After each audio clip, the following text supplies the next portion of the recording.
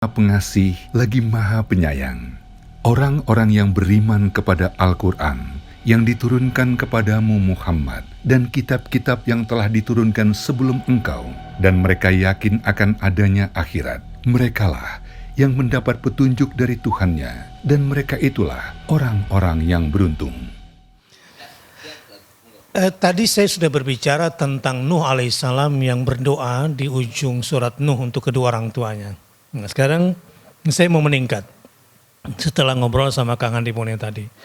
Ada 3 ayat di dalam Al-Quran Allah mewasiatkan kepada manusia. Jadi di sini wasiatnya wawasoinal insan. Misalnya yang pertama di dalam surah Al-Ankabut ayat 8. Wawasoinal insana biwalidayhi husna. Kemudian ada juga di dalam surah Luqman ayat 14. Wa wassaynal insana biwalidayhi hamalathu ummuhu.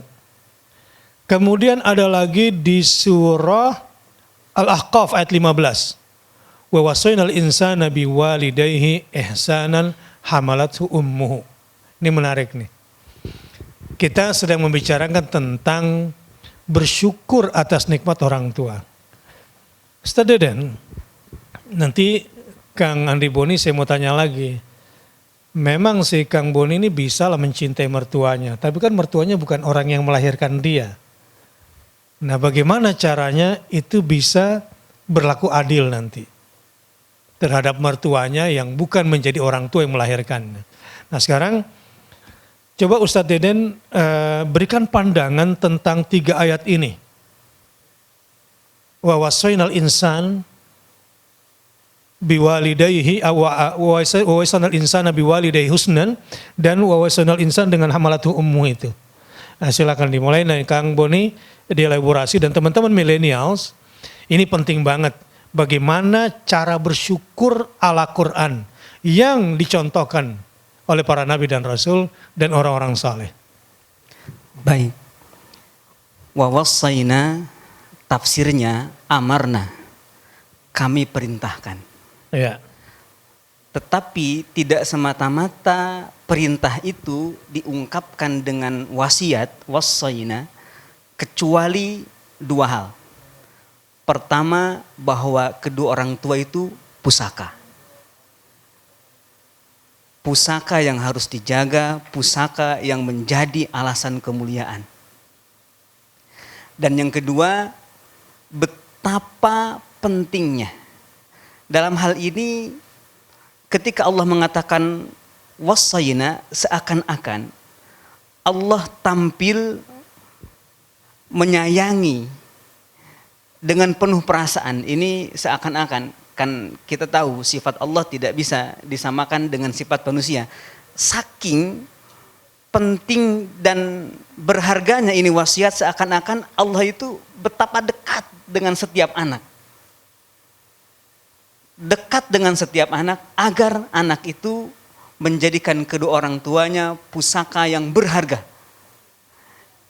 Itu yang pertama dari kata wasaina. Kedua orang tua. Jadi ada unsur kedekatan, Allah mendekat kepada si anak ya. Allah mendekat kepada si anak. Dan bahasanya memberikan wasiat.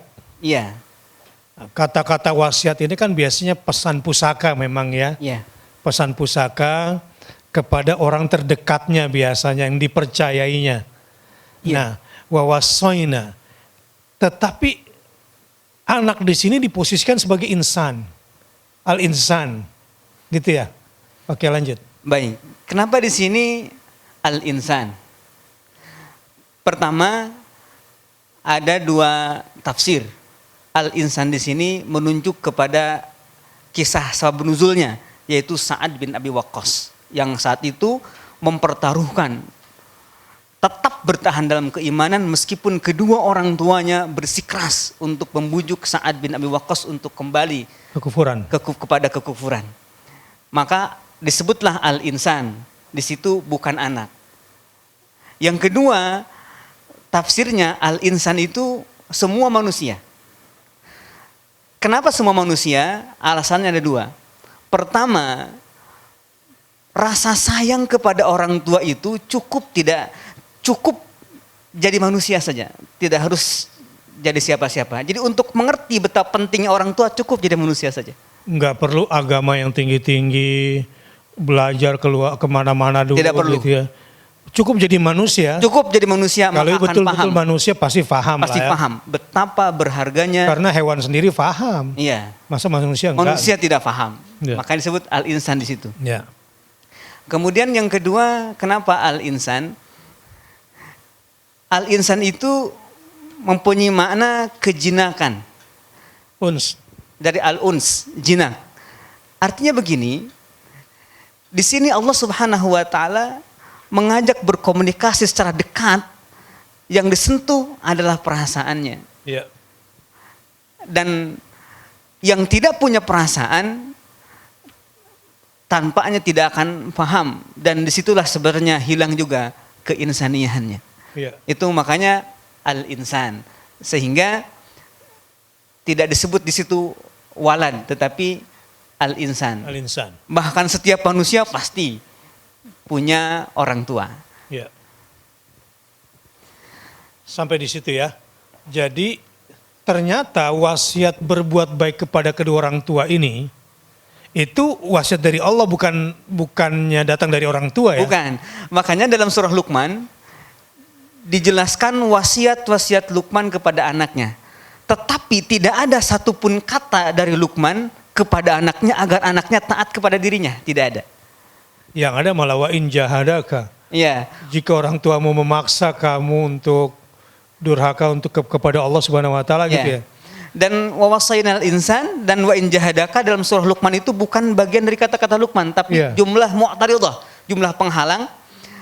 Apresiasi Allah terhadap Luqman yang sudah memberikan pendidikan kepada anaknya. Dia Luqman hanya mengatakan taati Allah. Kajianlah bapak matong ditaati, yang penting mah Allah ditaati, kira-kira gitu kalau bahasa Sunda. Ulangi. Tadi kumata.